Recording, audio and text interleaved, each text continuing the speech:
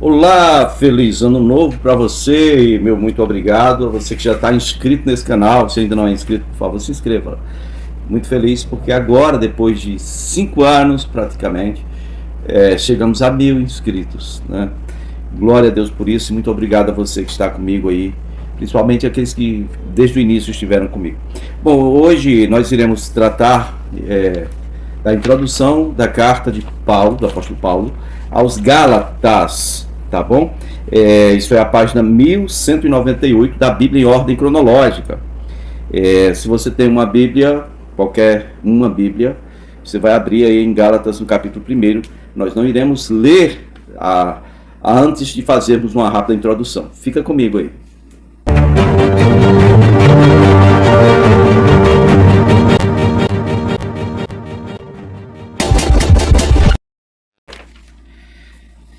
Muito bem, então aqui na Bíblia em ordem cronológica, página 1198, nós vemos que essa carta foi escrita pelo apóstolo Paulo por volta do ano 57 depois de Cristo. O primeiro tema é sobre a diferença entre a lei e a graça. O evangelho de Paulo provém de Deus, né? Gálatas, primeiro capítulo todo, vai tratar disso aí. São 24 versículos. Mas eu queria ir para uma introdução rápida. Então, quando fala assim, introdução à carta de Paulo aos Gálatas, a gente pensa que a Galácia era uma cidade, só que não. Na verdade, é uma região, né?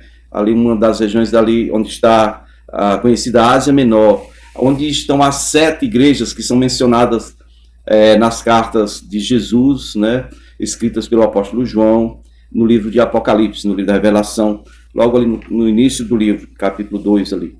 Então, veja bem, esse ano 57, onde diz aqui que foi escrito, quando diz que foi escrita essa carta, foi provavelmente durante o inverno, né? Paulo, ele provavelmente tinha voltado para a Macedônia. Ele tinha ido da Macedônia a Corinto, então, ou ele estava em Corinto, ou havia voltado para a Macedônia. Ele não seguiu para Jerusalém, não ainda, né? Porque era a época de inverno, pelo menos 3 meses ele ficou em Corinto para depois retornar para Macedônia, tá? Então foi nesse período aí. Bom, Paulo foi quem fundou essas 7 igrejas, ou não só as 7 igrejas, as igrejas da região da Galácia foram fundadas por Paulo. Você vê que ele passou muito tempo, né? Mais de um ano e meio, em Éfeso, que é uma das 7 igrejas mencionadas em Apocalipse. E lá em Éfeso, ele fez uma base, um centro de treinamento para a liderança, para que dali pudessem surgir apóstolos, presbíteros e assim por diante. Se você observar, a Ásia Menor está onde hoje é a Turquia, né? Se você observar em Atos 16,6, diz assim: e passando pela Frígia e pela região da Galácia, foi-lhes impedidos pelo Espírito Santo de falarem a palavra na Ásia, no caso a Ásia Menor. Paulo foi o fundador, Paulo foi quem começou a anunciar Jesus Cristo naquela região. Gálatas 4:13 diz assim: e vós sabeis que foi com uma enfermidade na carne que vos anunciei o evangelho pela primeira vez. E aí ele vai explicar também, na carta, no decorrer, nós vamos entender que espinho na carne era esse. Gálatas 4:19 diz assim: meus filhinhos, por quem volto a sofredores de parto, até que Cristo seja formado em vós. Ou seja, se ele está chamando todas as igrejas da região da Galácia, está chamando os irmãos de meus filhinhos, ele os gerou. Essa é obra do Paulo, né? Gálatas 4:8. Quando, porém, não conhecieis a Deus, vós servíeis aos que por natureza não são deuses. Ou seja, a maior parte das pessoas que estavam compunha as igrejas da região da Galácia eram pessoas que se convertiam do paganismo ao cristianismo, pessoas que deixavam a adoração a ídolos, a demônios, e vinham então servir a Deus mediante a pregação do evangelho de Paulo. Porém, eu quero que vocês entendam que ele estava tratando de um assunto muito importante que estava atingindo todas as igrejas daquela região, onde ele tão arduamente trabalhou e enfrentou oposições tão severas. Agora tinha gente indo lá tentando desfazer o trabalho dele, né? Uns certos judaizantes vindo lá de Jerusalém, vinham causar problemas, querendo impor às pessoas a questão da observância à Torá, ou à lei de Moisés.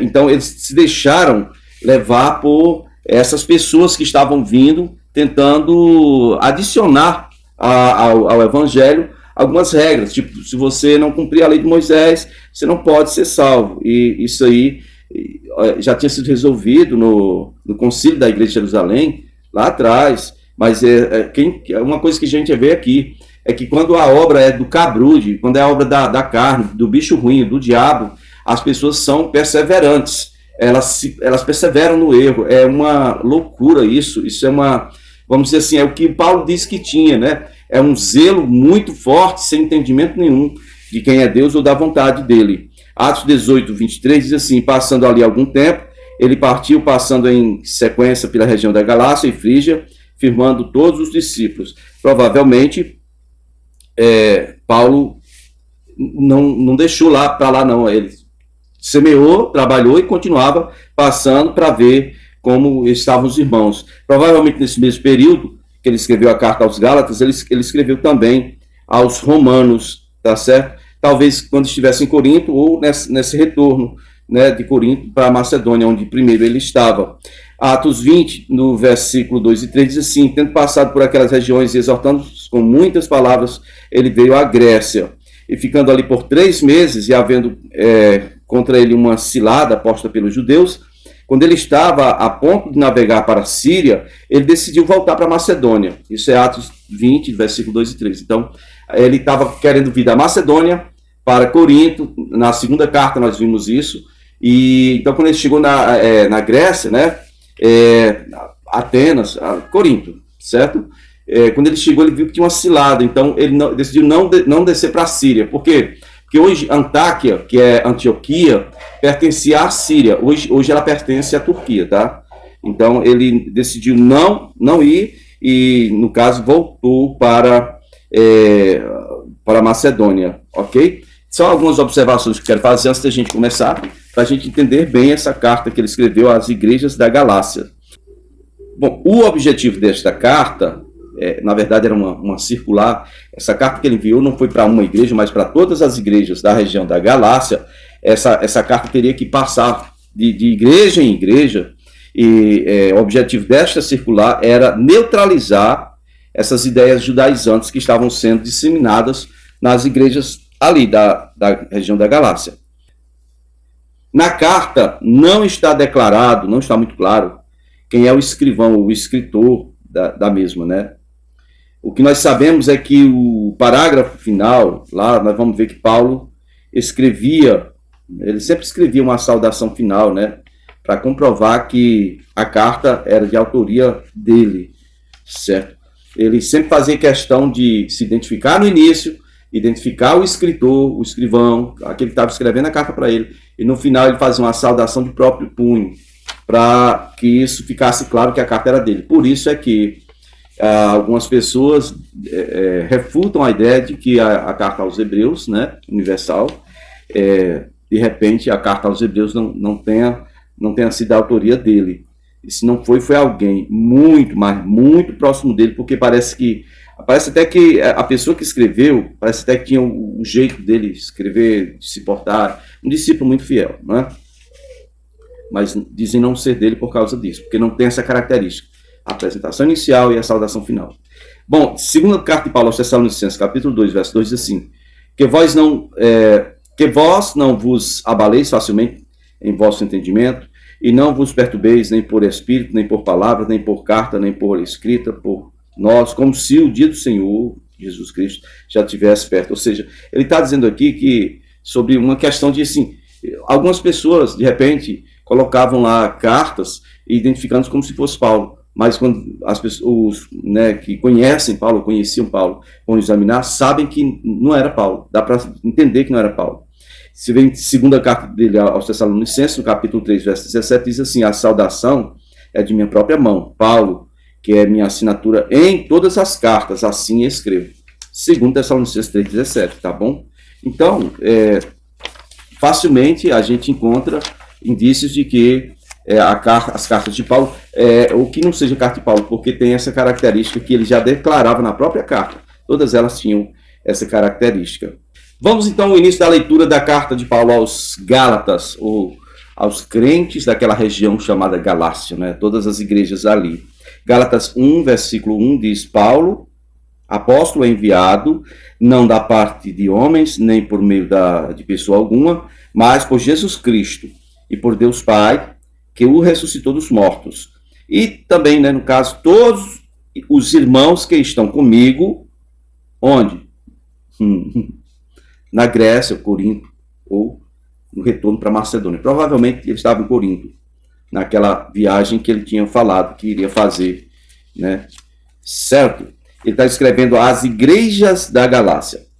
No versículo 3 diz: a vocês, graça e paz da parte de Deus, nosso Pai, e do Senhor Jesus Cristo, que se entregou a si mesmo por nossos pecados, a fim de nos resgatar desta presente era perversa, segundo a vontade do nosso Deus e Pai, a quem seja a glória para todos sempre. Amém. Eu li aqui até o versículo 5, no Amém. Logo que você chega ao versículo 6, diz assim: admiro-me que vocês estejam abandonando tão rapidamente aquele que os chamou pela graça de Cristo para seguirem outro evangelho. Bom, é aqui a temática principal de toda a carta, viu?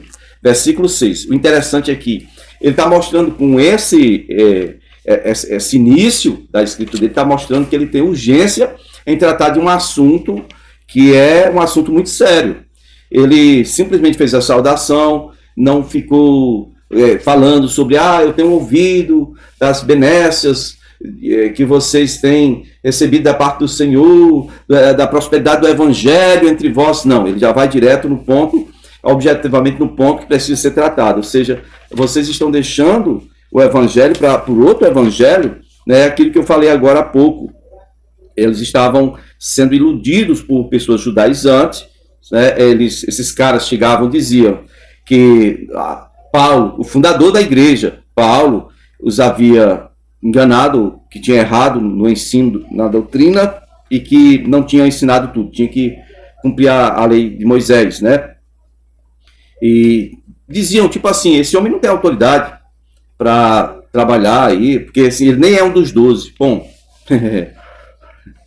os companheiros de Paulo também não eram um dos 12, mas eram chamados de apóstolos também, inclusive o Barnabé, o Tiago, o irmão de Jesus, né?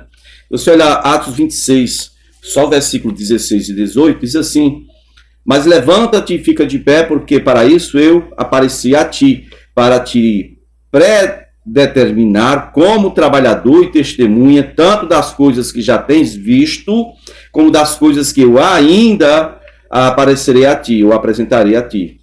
Livrando-te deste povo e dos gentios, aos quais agora eu te envio, para abrir os olhos deles, e das trevas converterem à luz, e do poder de Satanás converterem a Deus, para que recebam perdão dos pecados e herança entre os santificados pela fé em mim. Isso é Jesus falando para o apóstolo Paulo. Por isso ele já começa a carta dizendo que não foi enviado por pessoa alguma, mas por Cristo mesmo, né? Ele foi enviado, o apóstolo é enviado. O apóstolo é uma espécie de correio do rei, um arauto do rei que tinha que levar uma notícia a todas as nações para onde o rei o enviasse, ok? No próximo vídeo a gente vai começar na temática da carta.